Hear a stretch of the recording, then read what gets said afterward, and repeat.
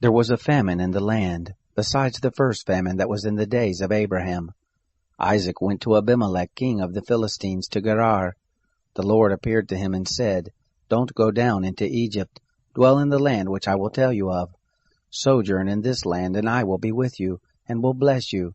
For to you and to your seed I will give all these lands, and I will establish the oath which I swore to Abraham your father. I will multiply your seed as the stars of the sky, and will give to your seed all these lands. In your seed will all the nations of the earth be blessed, because Abraham obeyed my voice, and kept my charge, my commandments, my statutes, and my laws. Isaac lived in Gerar. The men of the place asked him about his wife. He said, She is my sister, for he was afraid to say my wife, lest he thought the men of the place might kill me for Rebekah, because she was beautiful to look on. It happened, when he had been there for a long time, that Abimelech, king of the Philistines, looked out a window, and saw, and behold, Isaac was caressing Rebekah his wife. Abimelech called Isaac and said, Behold, surely she is your wife. Why did you say, She is my sister? Isaac said to him, Because I said, Lest I die because of her. Abimelech said, What is this you have done to us? One of the people might easily have lain with your wife, and you would have brought guilt on us. Abimelech charged all the people, saying, He who touches this man or his wife will surely be put to death. Isaac sowed in that land, and reaped in the same year 100 times what he planted. The Lord blessed him. The man grew great, and grew more and more, until he became very great. He had possessions of flocks, possessions of herds, and a great household. The Philistines envied him. Now all the wells which his father's servant had dug in the days of Abraham his father, the Philistines had stopped and filled with earth. Abimelech said to Isaac, Go from us, for you are much mightier than we. Isaac departed from there, and camped in the valley of Gerar, and lived there.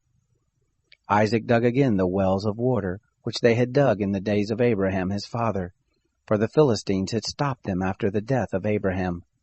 He called their names after the names by which his father had called them. Isaac's servants dug in the valley, and found there a well of springing water. The herdsmen of Gerar argued with Isaac's herdmen, saying, The water is ours. He called the name of the well Esek, because they contended with him. They dug another well, and they argued over that also. He called the name of it Sitnah. He left that place and dug another well. They didn't argue over that one. He called it Rehoboth. He said, For now the Lord has made room for us, and we will be fruitful in the land. He went up from there to Beersheba. The Lord appeared to him the same night and said, I am the God of Abraham your father. Don't be afraid, for I am with you, and will bless you, and multiply your seed for my servant Abraham's sake. He built an altar there, and called on the name of the Lord, and pitched his tent there. There Isaac's servants dug a well. Then Abimelech went to him from Gerar, and Ahuzah his friend, and Phicol the captain of his host. Isaac said to them, Why have you come to me, since you hate me, and have sent me away from you? They said, We saw plainly that the Lord was with you. We said, Let there now be an oath between us, even between us and you, and let us make a covenant with you, that you will do us no harm, as we have not touched you, and as we have done to you nothing but good, and have sent you away in peace. You are now the blessed of the Lord. He made them a feast, and they ate and drank. They rose up sometime in the morning, and swore to one another.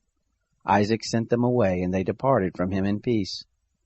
It happened the same day that Isaac's servants came, and told him concerning the well which they had dug, and said to him, We have found water. He called it Sheba. Therefore the name of the city is Beersheba to this day.